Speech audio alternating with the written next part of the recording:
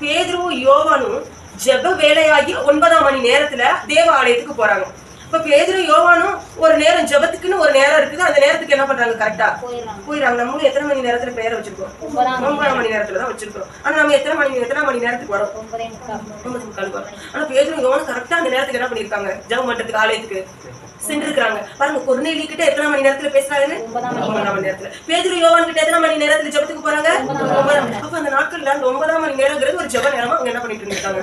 வச்சிருந்திருக்காங்க. அந்த 9ஆம் மணி நேரத்துல கரெக்டா அந்த ஜெப நேரத்தை ஆண்டவருக்கு கொடுக்கணும்னு சொல்லி அந்த நேரத்துல கொடுத்துறாங்க. உங்களுக்கு சில வேலை கஷ்டமா இருக்கலாம், காலையில எழுந்திரிச்சு ஜெபிக்கிறதுக்கு கஷ்டமா இருக்கலாம், நைட்டு நேரத்துல ஜெபிக்கிறதுக்கு கஷ்டமா இருக்கலாம். ஒரு 4 நாள் உங்க மாம்சத்தை ஒடுக்கி தயவு செஞ்சு பிராக்டிஸ் பண்ணி பாருங்க. 5 மணிக்கு நான் இன்னைக்கு எழுந்திருப்பேன் முடிவு பண்ணி உங்க மாம்சத்தை ஒடுக்கி அந்த 5 மணிக்கு எழுந்திரிச்சு பாருங்க. ஒரு 4 நாள் செஞ்சு பாருங்க.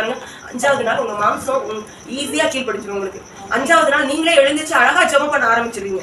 யாரும் உங்களுக்கு சொல்ல தேவையில்லை, நீங்க கஷ்டப்பட தேவையில்லை. 5வது நாள் நீங்க வாஞ்சியா ஓட ஆரம்பிச்சிருவீங்க. எப்ப ஜெபம் பண்ணணும், எப்ப வேதம் வாசிப்போம் அப்படின்னு சொல்லி என்ன பண்ண ஆரம்பிச்சிருவீங்க. ஐயோ, இது கர்த்தருடைய நேரம். அன்னைக்கு நீங்க ஜெபிக்கலன்னா அந்த நாள் முடிச்சும் இன்னைக்கு நம்ம ஜெபிக்கல, நம்ம வேதம் வாசிக்கலன்னு உங்க இருதயம் அடிச்சுட்டே இருக்கும். தினமும் அந்த நேரத்தை கொடுக்க ஆரம்பிச்சுட்டு ஒரு நாள் கொடுக்காம இருந்துட்டீங்கன்னா உங்க இருதயம் பேசிக்கிட்டே இருக்கும். இந்த நாளை நீ ஜெபிக்கல, இந்த நாளை நீ வேதம் வாசிக்கல, உங்க இருதயம் அடித்து கொண்டே இருக்கும்.